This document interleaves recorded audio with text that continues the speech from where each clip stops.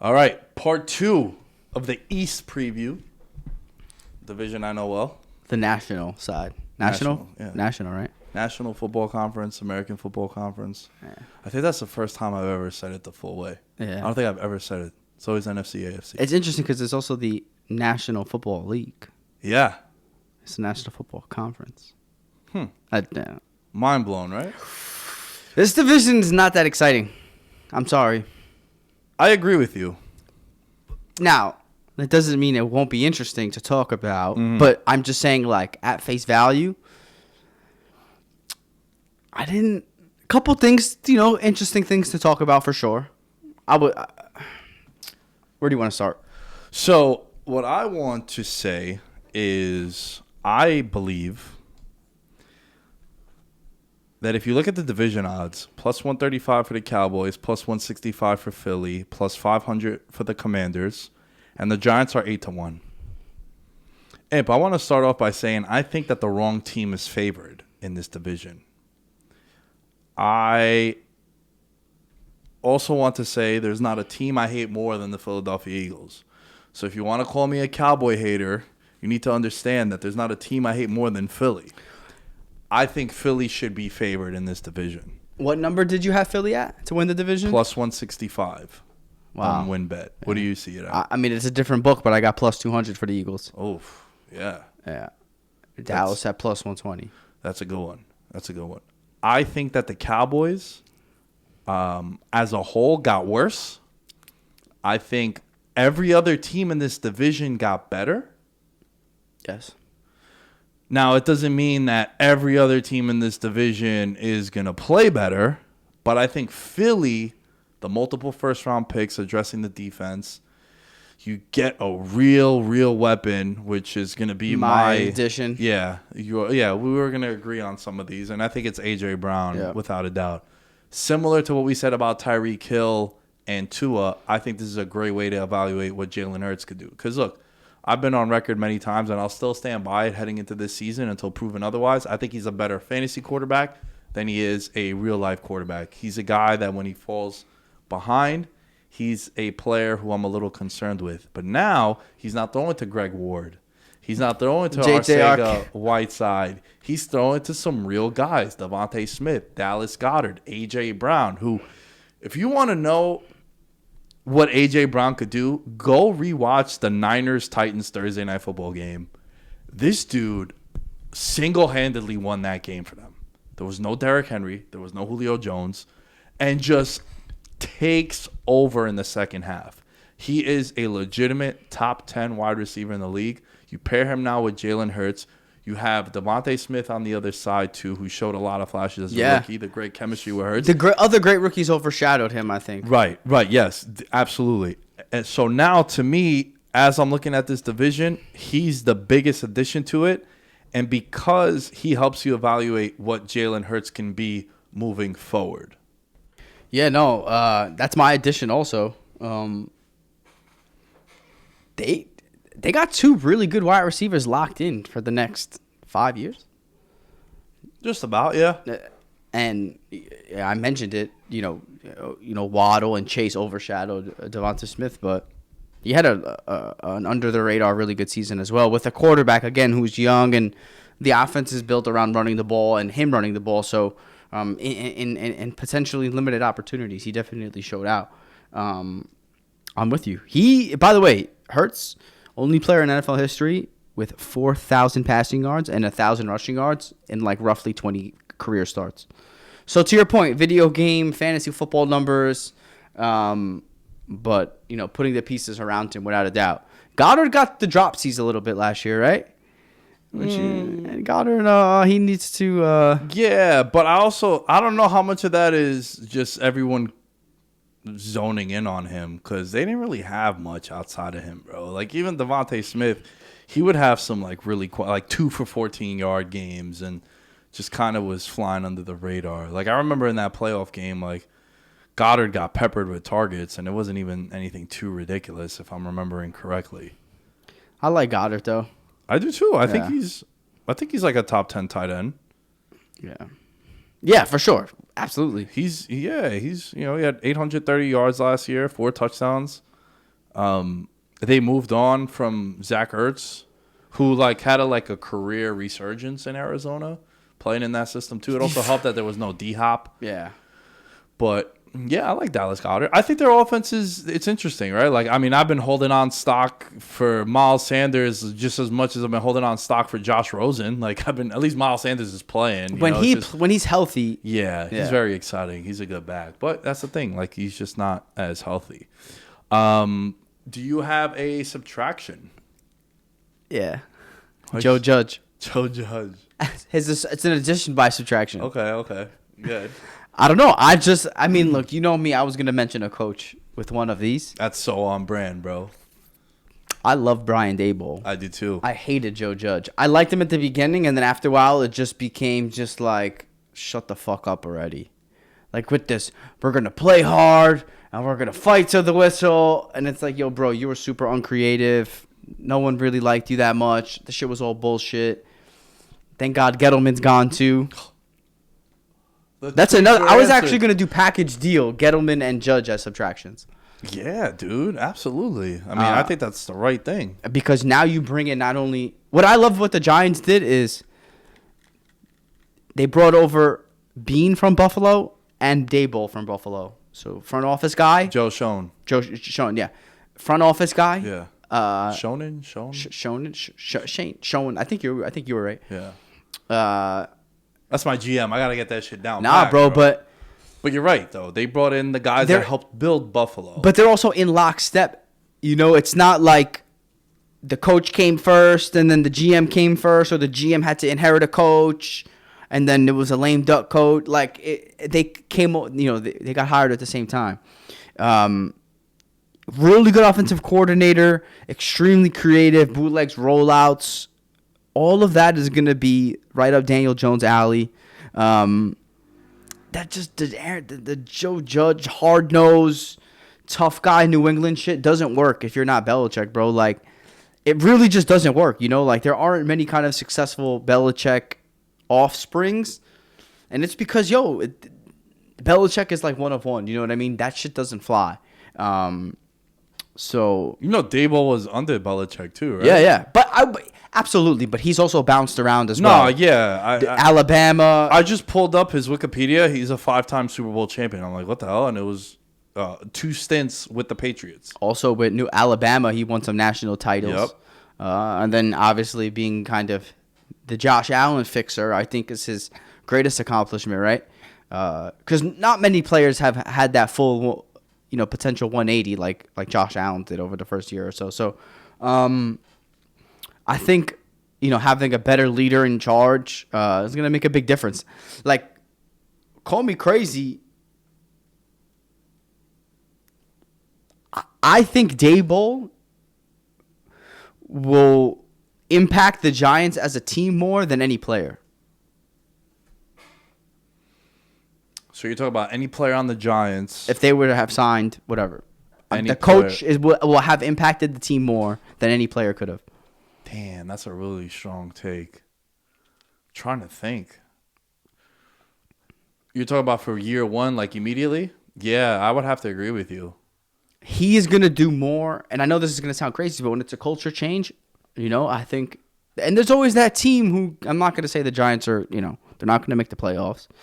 But I think they're going to play a lot better than people think. Maybe lose a couple... Like Detroit last year. They probably will win more games, but... The consensus out of Detroit was hey, they lost a bunch, but they lost a bunch of close games. And they showed a lot of fight. And there's optimism. And I think that's what you're going to see with the Giants this year. Do you know who the favorite is for Coach of the Year? Is it Daboll? It's Daboll, bro. I'm not crazy. Think about it. You're hitting a lot of home runs with this take. And we always talk about the team's record the year before and then how the narrative changes, media attention changes. Their win total is 7.5. I think it's a little high. But 8 wins can maybe get you the 7th wild card. I think it's a better bet to bet him for Coach of the Year than it is for them to make the playoffs at plus 350 or to win the division. I see what you're saying. If they make the playoffs, he's winning Coach of the Year. How could you not? They've been a laughing stock for the last decade. That's outside of the one free agency where they spent $200 million guaranteed. Yeah. We're talking about that for the longest time. The thing I like about both of them is that they have a GM and a head coach right now that build teams for 2022, 2023 football. Yeah. It's not this old school mentality and thinking. And now if you look at what I said about the Jets, I think it applies to the Giants too. The only exception is that the Jets actually took a quarterback last year. So the jury's still out on what Zach Wilson could be. You'd be a very harsh critic to hold anything against him from last year. Daniel Jones, I think, is definitely not the answer. They didn't even pick up the 50-year option on him. So I think the Giants moving forward, you got Neal, you got Andrew Thomas, you got Ojulari, you got Thibodeau. You got some building blocks that you could run with. And Dable, I love it. I think he's going to have his work cut out with Daniel Jones, but also like for as much as he helped Josh Allen, we got to remember that they also brought in Stephon Diggs, which also helps a young quarterback, like it did Kyler Murray with D-Hop, like it did Deshaun Watson with D-Hop when he first got there, even though Hopkins was there before Watson. So, yeah, it's obviously Josh Allen was going to perform better when he has a real number one wide receiver. So, let's see. I do like that. My subtraction is a little different. Is it Amari Cooper? It is Amari Cooper, yeah. For the longest time, there would always be the debate of who's more valuable to Dak. Is it Amari Cooper or is it Zeke? And the numbers are not even remotely close. First of all, I think Zeke is the contract they should have got rid of. He's the best third down blocking running back in the league. He's the best 2-yard running back in the league, too. I've been on the bandwagon of Tony Pollard's the better running back since like 2019. And it's just an eye test thing. Like, he has the burst. He's faster. He's more elusive. He can break longer runs. It's the same offensive line. It's not like when Tony Pollard comes in, he's playing with the ones, and then Zeke is playing with the backups. It's like, no, they're under the same exact circumstances, same weapons, and Tony Pollard just looks better. Remember when Jamal Williams and Aaron Jones were playing together? It's like, yo, I don't even need the yards per carry or PFF's rankings. Like, Aaron Jones is just a better running back. Just watch. Just watch. So it's the same shit. Like, Tony Pollard is the better running back, and reports are coming out that they want to utilize him as like that scat slot wide receiver kind of thing with Tony Pollard. And to me, Amari Cooper, when he came over from the Raiders, that's when Dak really started putting up winning numbers too, not just like good stats, bad team guy. And Amari being on the field just opened up everything for everyone else, and he was the security blanket for Dak. So I think Amari leaving is massive for them. And it's not also, it's, this subtraction is the whole wide receiver room. Amari left. Cedric Wilson left, who we spotlighted on that last podcast. Yo, Michael Gallup tore his ACL. He's going to be a pup-less guy coming in. All you got is CeeDee Lamb right now.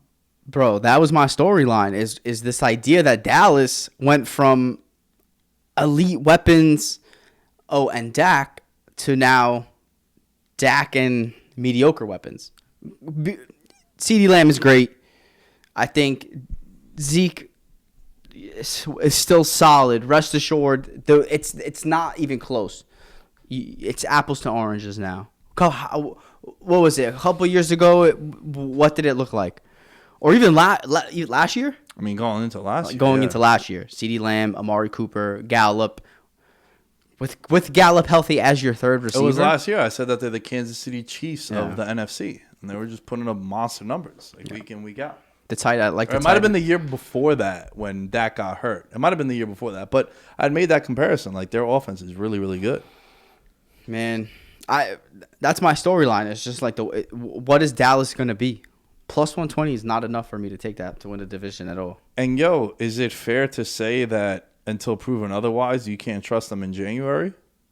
Because how is that not the case? This was the year for them to get out of the first fucking round. Yeah, definitely was. But they lose on the slide. It's the slide and the spike around the world. It's that, and also they had 15 penalties in that game, most penalized team in the league. It's like Mike McCarthy. What are you still doing there? Also, they were number one in the NFL in turnovers. You can't expect that next year. No. It's just it'll be regression to the mean. They just check a lot of boxes of a team that I'd be very cautious about. It's not a team I'm high on at all. No. So yeah, I'm with you on the storyline. Like it's pretty much that's the case. Yeah. Where you got the injuries now, and like in all sports, bro, you can't expect that window don't stay open, dude. No. That's why you got to kind of admire the Rams in a sense, right? All in. Chips. Fuck draft picks. Fuck them picks. The less need. The shirt? Yeah, the shirt. I'm just saying, though, but there's a lot of truth to it, you know? Like, and granted, I feel like Dallas, I don't know. You could argue like they were aggressive over the last few years. It just hasn't worked out. But... Dude, they also lost Randy Gregory, which I forgot. Like, that's a big loss for them, too. Yeah. So... Who, by the way, in the offseason, the reports were that he was resigning. Yeah, and then he pulled a fast one, went to Denver. Yeah. Yeah, man, there's just Dallas, I think, until proven otherwise, you know they're going to be good in September, October, November. And then be on the lookout, man. Like, they had some bad losses last year. Like, they got blown out by Denver at home. Remember that one? It was like 30-0. And you're like, how? How does that Some weeks happen? they looked great, and some weeks they looked terrible. So it's just a little concerning. It's a little concerning with them. And they have a lot of flat performances. Mike McCarthy, Dallas doesn't really fire coaches mid-season. Nah, but you know what they're probably going to do, right? You know who I think goes Kellen there? Moore. Nah. Oh. Sean Payton. Yeah. Do you think... Sean Payton's taking the year off. Could definitely see like them breaking the bank and getting him to come back after 1 year. Yeah. Fuck.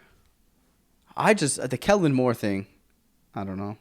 I feel like I thought they were grooming him, and I really thought it was going to be a setup. Well, I think that could be true, and it probably was true. But then if someone like Sean Payton comes around, I think you kind of maneuver your way to get that. Like, it's true. You could be grooming someone, but if someone that you didn't think was going to be available becomes available, I think that changes things a little bit. They're going to fire McCarthy mid-season. They're going to give Kellen Moore a shot. For them to fire him mid-season, it would need to get bad. Like, well, I think bad for them is relative. What if they're 3-5? Let me read. First, I'm just trying to you know what I mean? Yeah. What if it's this? Let me read you the schedule. Ready? Home Tampa Bay. Home Bengals. At Giants. Home Washington. At Rams. At Philly. Home Detroit. Home Chicago. Mad home games to start the year. At Green Bay. At Minnesota. Thanksgiving versus the Giants. Ooh, spicy. That's going to be a horrible experience for me. I can tell already. Colts at Dallas. Home Houston. At Jacksonville. Home Eagles. At Titans. At Commanders. Not a bad schedule. A little shaky coming out, where you have like the defending champions. You play all of your division. You play the Bengals. You play the Bucks. So a little shaky there. And then after that, it gets a little easier. But you're right. If they're like 3-5, maybe they pull the trigger there. But there's someone that might ride it out, though.